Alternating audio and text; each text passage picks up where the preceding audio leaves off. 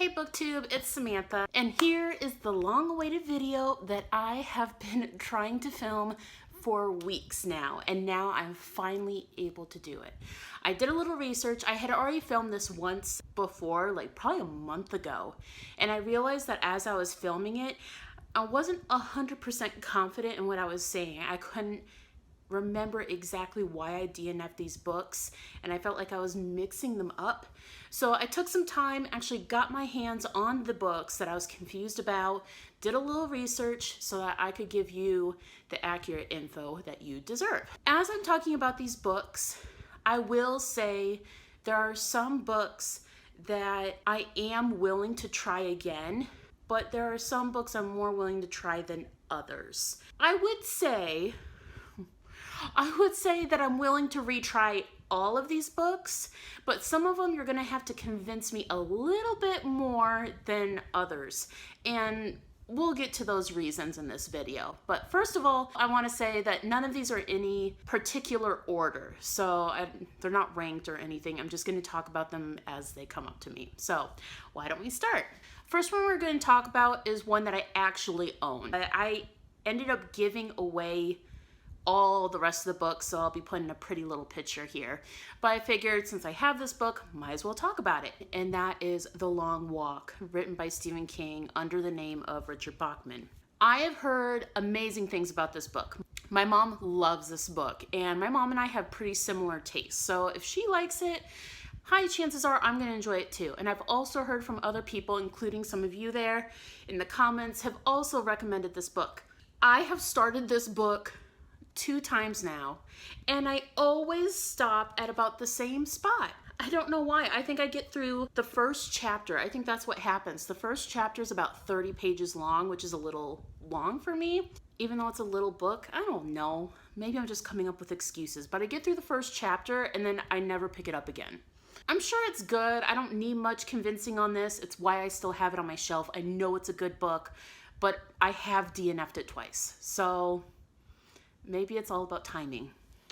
Second book I'm going to talk about is also another one that I started a little bit of it, and I'm not quite sure I got in far enough to really understand what was going on in the story, and that is Lacey's story. Now, the reason I bought this book was purely 100% for the cover, because it is absolutely gorgeous. If I can find a picture of it, I'll put it here. It was just stunning. I'm one of those people who loves bright colors. Hello. And I saw the cover and I picked it up without even reading the synopsis, which is never a good idea. Don't do it. Don't do it. I know it's tempting. They're beautiful books. You want to have them on your shelf, but if you don't know if you're going to read it or not, don't buy it. It's not worth it. It's not worth it. Anyway, tangent aside, I bought the book and then it was on my shelf for like years, and I'm like, well, maybe I should finally actually try and read it and see if I actually like it. And I remember I did pick it up and I tried it once, and I just remember that it was about this grieving widow who her husband was a writer, and she tumbles along this story that she never knew about that was in the garage, and she only finds out about the story afterwards. I think some weird things started happening, but I couldn't really understand what was going on. And so I was like, okay, you know what, I'm just gonna put this aside, and then never picked it up again. And because I remembered the feeling of not really knowing what was going on, I was never tempted to pick it up again. So I actually unhauled it. With that being said, I feel like I didn't really give it a good chance. A little while ago, I had commented on someone's video about this book, and they're like, oh no, it's a good story, you should give it a try. I really enjoyed it. Maybe I just need to try it again. Maybe if you guys can give me a little more info without spoiling what exactly it's about, I greatly appreciate it, because it's not like I was hating it, I just didn't know what was going on. I was kind of confused. So let me know a little bit, just a little bit in the comments. Let's talk a little bit about Stephen King's tropes. Now, we all know them, and Stephen King gets a bunch of crap about it. probably for a good reason. He usually always has an alcoholic. There's usually some religious figure. They usually get killed off. And, you know, the whole main thing. If you don't know what I'm talking about, all you have to do is search for Stephen King drinking game, and there are his tropes. You could probably use the same list for every single story. So that's kind of one of the things that I think people don't like Stephen King for, and I get it. Normally that doesn't bother me, but it bothered me with this book, and that was Under the Dome. This book is huge. It's like 1,000 pages legit. It's a big book. I got at least a third of the way through with the book, maybe almost to the half mark of the book. I realized I just didn't care what happened. They're stuck under this dome, and it's just everyone fighting with each other on what to do, and some people really don't care about surviving. They just want to mess things up for everyone, and I just didn't care. I didn't care what was going to happen to them. I really didn't. I didn't care to find out how they get out. I mean, there's a little tiny part of me that wants to, but for the most part, no. I really don't care. So this is one of those books you would have to convince me a little bit more than others to try and read it again.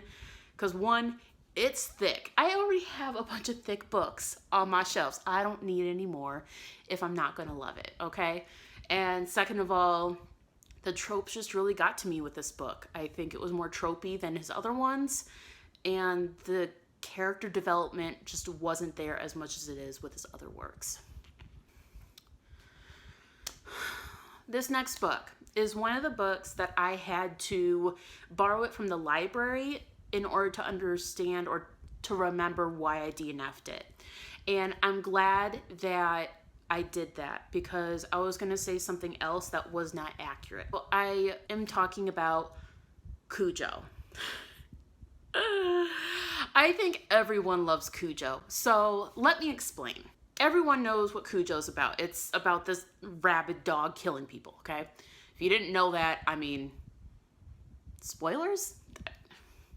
I mean, I haven't read the book yet, and I know that, so it's not like I'm ruining anything. What turned me off from this book was the way it was written. Normally, a book is written with chapters. Chapter 1, Chapter 2, Chapter 3, sometimes even parts. You know, Part 1, Part 2, Part 3. It's at least broken down into readable sections. And we all love chapters because it gives us an opportunity to pause so that we can actually go to sleep and get 3 hours of sleep before we go to work the next day, right? I'm sure I'm not alone in this. So I like having chapter breaks. Now, Stephen King is not always consistent on his chapter breaks. Sometimes he just does numbers, and it doesn't always start at the top of a page. It just kind of keeps going and going and going, and you don't know when it's going to stop. But he at least puts those breaks in occasionally. With this book, I think he got a little too carried away, because I read about the first 30 pages or so, 30 to 40 pages, and they were pages that I already read, but I remembered why I gave it away. There were too many breaks. They were different scenarios at different times with completely different characters, and I couldn't understand what was going on. There was just no timeline to it. And I'm like, I was loving what I was reading. It was super creepy, and they were doing a good job of developing the family, and already that uneasiness is there. I was just loving it. But there'd be a break, and then there's this completely different story, which is also creepy, but it's like, how does it relate at all to what else is going on? And it was just jumping all over the place, and I just couldn't handle it anymore. It wasn't enjoyable. I wasn't getting sucked in. I was getting pulled out of the story, so I decided to put it down. But when I was rereading it the second time, I was just skimming through. I was like, oh my God, this is so creepy. This is so good. If I just ignored the breaks, I kind of kept still going with the reading. So is that just how I need to approach it? I don't want to skim it though. I want to enjoy it. So if you've read it, can you comment a little bit about how the rest of the book is? Does it eventually turn into a continual plot story, or is it just going to keep jumping around? Because I can't handle the jumping. If it eventually goes to a continuous plot line where it's on the same track, I can live with that. I can push myself through, but let me know. I don't want to pick it up and be confused half the way through and then not really enjoying it until the last quarter of the book. I'm not looking for that right now. So let me know. This next book I'm a little worried about because I think it's also a little controversial. I think this is another reason why people don't like Stephen King. With some of Stephen King's older works, he's not really PC. Sometimes I'm okay with that if it's appropriate to the situation and the character and what the story's going for. But in this situation, I don't think it was called for. And I am referring to Christine. If you don't know, this is about a car that kills people. So there you go. I wanted to try it. I'm not really into cars, but one of his famous works, and I just wanted to try out and see if I liked it. I don't really remember too much about it, except that this kid was just really passionate about buying Christine. That's about as far as I got, because the guy that was selling the car was extremely racist. And I remember that the car dealership person had dropped the N-word, and I'm like, no, I'm not okay with that.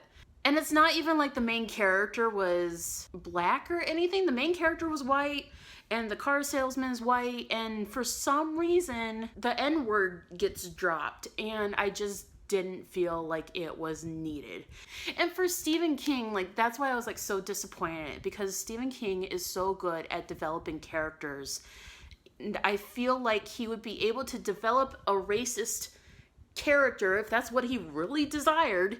He could do that without having to drop the N-word. I don't think that was necessary. I'm sure that's controversial. Let me know your thoughts about that. But I got about 12 pages in and I was like, you know what? No, I can't read this. It had nothing to do with the plot. If I should look past that and still try the book, let me know. But legit, that was the reason why I DNF'd it. This last book. Guys, this is probably one of those books that will stick with me for my whole life. It's just one of those books. And oddly enough, it's a book that I've never finished. And that is Desperation. Oh, I have desperately been trying to read this book. I think I've picked it up like 3 or 4 times and have tried to finish it, and I get to a certain point and I'm like, no. When it comes to scary horror books, the things that I just am not into are 1, aliens, and 2, Native American haunting grounds. For me, 1, aliens just, they're not scary to me. I don't know how to explain it. Like, I understand why it would be scary for other people, but I read about aliens and just think it's weird. Do with that what you will. My personal taste.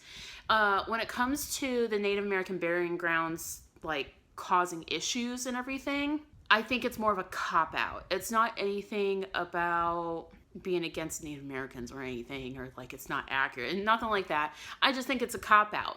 Like, it's just something easy, like, oh, they did these practices or whatever and now it's haunted. Like, no, it's just too easy. So with this book, it hit so hard because the very beginning of the book is so good and so scary, because it's this family that becomes stranded on the side of the road, and a guy comes to help them out, and it turns into a very bad situation really quick. I'm not gonna give spoilers about that, but then I read past, and then it turns into that whole Native American haunting and is taking over the guy, and I can't. It's just, I'm having a hard time getting over that. I get to that part and it's like, no. All the scariness that you've built up in this book so well is now poof, gone in the wind. Maybe I just need to push myself. See, this is where I kind of need your guys' input, because I haven't finished the books, and with most of these, I was genuinely interested in them, and especially Desperation. Like, I have such a hate-love relationship with this book. I don't know whether to pick it up or not, because I want to read it. I want to read it. As I've said before on my channel, I really love the Dark Tower series. I have yet to finish that, but another day. I really want to read all of the books that are involved in the Dark Tower world, and this is one of them. Fun fact that I just found out when I was doing this research, Desperation and the Regulars are actually supposed to be from, like, they're supposed to be parallel universes of each other, but they both hold the same, the spooky stuff that's scaring people or whatever are in both of those universes, if that makes sense. So they're kind of paired together. I haven't tried the Regulars yet. It is on my shelf, but I've tried Desperation, and I get to that point and it's so scary and so good, and then it just falls flat. And I just please tell me, should I keep reading it? Should I try it again? Or should I just let it go? I need some help. I need input. Those are the books that I've DNF'd. So please let me know your thoughts about the books that I've DNF'd, and let me know if I should leave them as DNF or if I should give them another shot. Also, let me know if there's any books you've DNF'd by Stephen King. I'm very curious to see what other people have DNF'd, and if it's something that I've read before or if it's not something I've read before. Very curious to hear your thoughts. There is maybe 1 or 2 more videos I'm planning on doing with this Stephen King series, but it might be closer to October, so just wanted to give you guys a little bit tip of that. Otherwise, I'll see you next time. See ya.